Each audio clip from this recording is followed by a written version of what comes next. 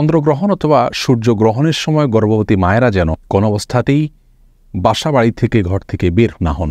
অনেকে মনে করেন যে চন্দ্রগ্রহণ সূর্যগ্রহণের সময় গর্ভবতী মায়েদের জন্য কোনো কিছু কাটাকাটি করা, কোনো কিছু কুটা এটা উচিত নয়। যদি করেন তাহলে সেটি তার গর্ভস্থ সন্তানের জন্য ক্ষতির কারণ হতে পারে। অনেকে মনে করেন যে গর্ভাবস্থায় যদি কেউ যমজ কলা খান তাহলে তার সন্তান যমজ হবে। অনেকে মনে করেন যে গর্ভাবস্থায় কোনো মায়ের জন্য ডিম খাওয়া উচিত নয়, তাহলে সন্তানের চোখ কুসুমের মতো হলদে বর্ণ হবে। ডাব খাওয়া উচিত নয়, তাহলে ঘোলাটে হবে।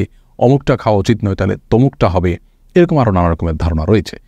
সুপ্রিয় দর্শক শ্রোতা ভাই বোন, গর্ভবতী মায়ের জন্য গর্ভাবস্থায় কোনো খাবার গ্রহণ করা অথবা না করা, বিশেষ কোনোভাবে চলা অথবা না চলার ব্যাপারে কোরআন এবং হাদিসে কোনো দিক নির্দেশনা আছে কিনা আজ আমরা সে বিষয়টি জানার চেষ্টা করব ইনশাআল্লাহ তাআলা। প্রিয় দর্শক, আমাদের সমাজে গর্ভবতী মায়েদের জন্য বিশেষ কিছু খাবারকে, বিশেষ কিছু চালচলনকে নিষিদ্ধ এবং ক্ষতিকর মনে করা হয়ে থাকে। তন্মধ্য থেকে সবচেয়ে প্রসিদ্ধ হল চন্দ্রগ্রহণ অথবা সূর্যগ্রহণের সময় গর্ভবতী মায়েরা যেন কোনো অবস্থাতেই বাসা বাড়ি থেকে ঘর থেকে বের না হন।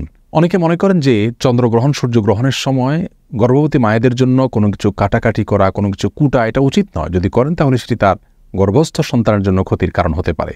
অনেকে মনে করেন যে গর্ভাবস্থায় যদি কেউ যমজ কলা খান তাহলে তার সন্তান যমজ হবে। অনেকে মনে করেন যে গর্ভাবস্থায় কোনো মায়ের জন্য ডিম খাওয়া উচিত নয়, তাহলে সন্তানের চোখ কুসুমের মতো হলদে বর্ণ হবে। ডাব খাওয়া উচিত নয়, তাহলে ঘোলাটে হবে। অমুকটা খাওয়া উচিত নয়, তাহলে তমুকটা হবে। এরকম আরও নানা রকমের ধারণা রয়েছে। অনেকে মনে করেন যে গর্ভাবস্থায় কোনো মায়ের জন্য কোনো মুরগি, কোনো হাঁস এ জাতীয় কোনো কিছু জবে করা উচিত নয়। যদি করেন তাহলে সেটি তার গর্ভস্থ সন্তানের জীবনের জন্য ক্ষতির কারণ হতে পারে। অনেকে মনে করেন যে গর্ভবতী মায়েরা প্লেট ইত্যাদি চেটে খেলে, মুছে খেলে ভালো করে, তাহলে সেক্ষেত্রে তাদের কন্যা সন্তান হওয়ার সম্ভাবনা রয়েছে। অনেকে মনে করেন যে কোনো বাসায়, কোনো বাড়িতে, কোনো ঘরে যদি কোনো গর্ভবতী মা থাকেন তাহলে রাতের বেলায় সেখানে বাহির থেকে মাছ আনা উচিত নয়।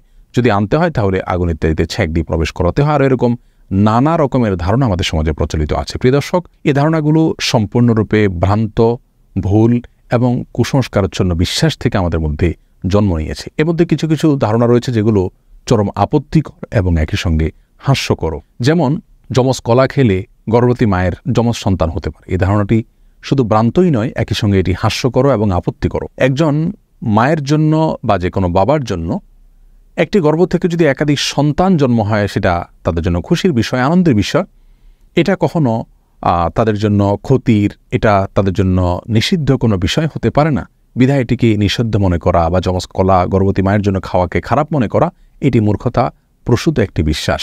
সেই সাথে যে কোনো মুসলিমের জন্য, যে কোনো মানুষের জন্য খাবারের পাত্র, প্লেট এটাকে ভালো করে মুছে চেটে খাওয়া উচিত। এটাকে অপচয় করা উচিত নয়, কোনো খাবার নষ্ট করা উচিত নয়, বরং ভালো করে মুছে এবং পরিষ্কার করে খাওয়াটাই হলো সুন্নাহ। আর এই সুন্নাহটি নারী পুরুষ সকলের জন্য প্রযোজ্য। গর্ভবতী এবং সাধারণ অবস্থায় যে কোনো মানুষের জন্য এটি প্রযোজ্য। সুতরাং প্লেট পরিষ্কার করে খাওয়া বা মুছে খাওয়া, চেটে খাওয়া এটাকে খারাপ মনে করা, এটাকে অপয়া মনে করা, নিষিদ্ধ মনে করা, সেটি মূর্খতা এবং সুন্নাহ বিরোধী একটি বিশ্বাস। আর প্লেট মুছে খেলে গর্ভবতী মা কন্যা সন্তান জন্ম দিবেন, সেটি প্রথমত ভ্রান্ত কথা। দ্বিতীয়ত কন্যা সন্তান জন্ম দেওয়া এটা তো ভালো বিষয়। কোরআন এবং হাদিসের কোথাও পুত্র সন্তান জন্ম দেওয়ার জন্য বিশেষ কোনো ফজিলতের কথা আমরা জানি না, কিন্তু কন্যা সন্তান জন্ম দিলে সেক্ষেত্রে মা বাবার জন্য সেটি আখিরাতে নাজাতের মাধ্যম হবে, জান্নাতে যাওয়ার উপায় হবে, এরকম বিভিন্ন হাদিসের কথা আমরা জানতে পারি। সুতরাং এই সমস্ত ভ্রান্ত বিশ্বাসগুলো আমাদের সমাজ থেকে দূর করার চেষ্টা আমাদের করতে হবে। প্রিয় দর্শক, মনে রাখা উচিত একজন মুসলিমের কি করা উচিত, কি করা উচিত নয়, কি খাওয়া উচিত, কি খাওয়া উচিত নয়, কোন জিনিসটা তার জন্য কল্যাণকর আর কোনটা ক্ষতিকর, এটি জানার দুটি উপায় রয়েছে। তার প্রথমটি হলো ওয়াহি তথা কোরআন এবং হাদিস। কোরআন এবং হাদিসে যদি আমাদের জন্য কোনো কিছুকে কল্যাণকর বলা হয় বা অকল্যাণ বলে আমাদের জন্য জানানো হয় তাহলে সেটিকে অবশ্যই আমাদের মেনে চলা উচিত। আর দ্বিতীয় উপায় হলো আমাদের জানার অভিজ্ঞতা এবং সায়েন্স। অভিজ্ঞতার মাধ্যমে, বিজ্ঞানের মাধ্যমে যদি আমরা জানতে পারি যে কোনো বস্তুর মাঝে আমাদের জন্য কল্যাণ নিহিত রেখেছেন আল্লাহ তাআলা অথবা অকল্যাণ নিহিত রেখেছেন, তাহলে সেটাকে অবশ্যই আমরা আমল নেব এবং মেনে চলব। যে বিষয়গুলো বলা হলো এগুলোর মাধ্যমে গর্ভবতী মায়ের অথবা গর্ভস্থ সন্তানের কোনো প্রকার ক্ষতি হতে পারে এরকম কোনো ধারণা কোনো হাদিস থেকে আমাদেরকে দেওয়া হয়নি।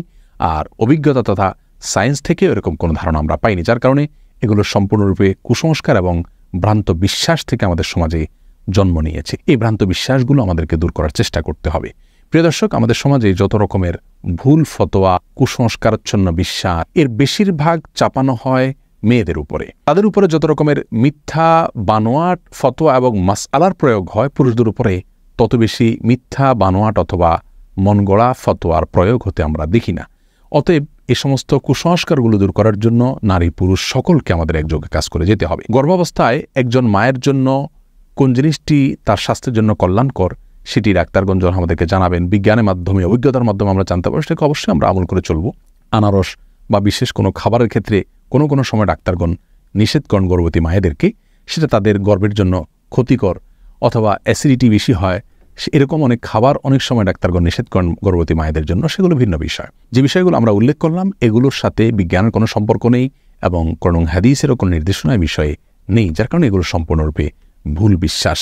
গর্ভাবস্থায় একজন মা বিশেষ কোনো আমল করণীয় আছে কিনা এ বিষয়ে আমরা এক ভিডিওতে বলেছি। কোরআন হাদিস থেকে গর্ভবতী মায়ের জন্য বিশেষ কোনো আমলের কথা আমরা জানি না, তবে অবশ্যই এটি তার জীবনের জন্য গুরুত্বপূর্ণ একটি সময়, কঠিন একটি সময়ের তিনি অপেক্ষা করেন, যার কারণে অন্য যে কোনো সময়ের চাইতে এই সময়গুলোতে গুনাহ থেকে, পাপের কাছ থেকে বেশি বেশি বেঁচে থাকার চেষ্টা করা উচিত। তার উচিত গান বাজনা থেকে এবং হারাম ফিল্ম দেখা থেকে এবং যে কোনো ধরনের গুনাহ থেকে বেশি থেকে বেশি বেঁচে থাকার চেষ্টা করা, যাতে করে আল্লাহর বলেন অনুগ্রহ তিনি বেশি থেকে বেশি অর্জন করতে পারেন। এবং সাধারণ নেক আমলগুলো করা উচিত, জিকির আজকার করা উচিত, আল্লাহ স্মরণ করা উচিত, গর্ভস্থ সন্তান যেন নেক হওয়ার জন্য দোয়া করা উচিত এবং আল্লাহ যেন তার কঠিন মুহূর্তটা সহজ করে দেন সেজন্য দোয়া করা উচিত এবং নেক আমল করা উচিত।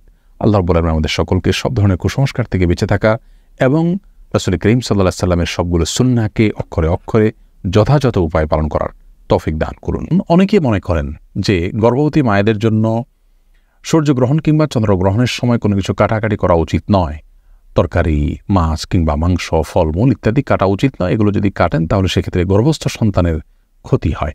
এ ধারণা সম্পূর্ণ কুসংস্কারাচ্ছন্ন একটি ধারণা, ভুল বিশ্বাস। কোরআন হাদিসের কোথাও এরকমটি বলা হয়নি এবং সুস্থ বিবেক বুদ্ধিও এরকম কোনো বিশ্বাসকে সমর্থন করতে পারে না। একজন ঈমানদার কখনো কুসংস্কারাচ্ছন্ন হতে পারেন না। অতএব এই বিশ্বাসটি আমাদের সংশোধন করতে হবে।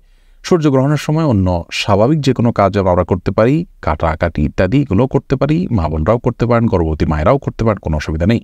সূর্য কিংবা চন্দ্রগ্রহণের সময় নবী করিম সাল্লাল্লাহু আলাইহি সাল্লামের মৌলিক নির্দেশনা হলো সূর্য এবং চন্দ্রগ্রহণের সালাতের আয়োজন করতে হবে মসজিদে, সেই সালাতে আমরা শামিল হব, আদায় করব। আর এছাড়া নবী রাসূলুল্লাহ সাল্লাল্লাহু আলাইহি ওয়াসাল্লামের যে নির্দেশনা বুখারী মুসলিম হাদিসে আমরা পাই তা হলো এই সময় দান করা, সাদকা করার কথা বলা হয়েছে, দোয়া করার কথা বলা হয়েছে, তাকবীর দেওয়া, আল্লাহু আকবার বলতে থাকা বা আল্লাহু আকবার ধ্বনি দেওয়া, আল্লাহু আকবার বলে ওঠা, এই নির্দেশনা নবী সাল্লাল্লাহু আলাইহি ওয়াসাল্লাম দিয়েছেন। তাহলে আল্লাহু আকবার দিবেন মায়েরা, সাদকা করবেন, আল্লাহর কাছে দোয়া করবেন। এছাড়া অমুকটা করা যাবে না, তমুকটা করা যাবে না, এরকম কোনো কথা কোরআন হাদিসে বলা হয়নি। মূলত জাহেলি যুগের মানুষ মনে করত যে বড় কোনো ব্যক্তি, মহান কোনো ব্যক্তি, উল্লেখযোগ্য কোনো ব্যক্তির মৃত্যু কিংবা বড় কোনো অঘটন ঘটলে তার প্রেক্ষিতে সূর্য কিংবা চন্দ্রগ্রহণ হয়ে থাকে। নবী সাল্লাল্লাহু আলাইহি ওয়াসাল্লাম তাদের সে কুসংস্কারাচ্ছন্ন বিশ্বাসকে সংশোধন করেছিলেন। ইসলাম এসেছে মানুষের ভুল এবং কুসংস্কারাচ্ছন্ন বিশ্বাসকে সংশোধন করে বিশুদ্ধ বিশ্বাস যেন মানুষ ধারণ করতে পারে সেজন্য। অতএব আমরা চন্দ্রগ্রহণ, সূর্যগ্রহণকে ঘিরে নিজেদের বানানো বিভিন্ন কুসংস্কারাচ্ছন্ন বিশ্বাস এগুলোকে ধারণ করা থেকে আমরা বেঁচে থাকব।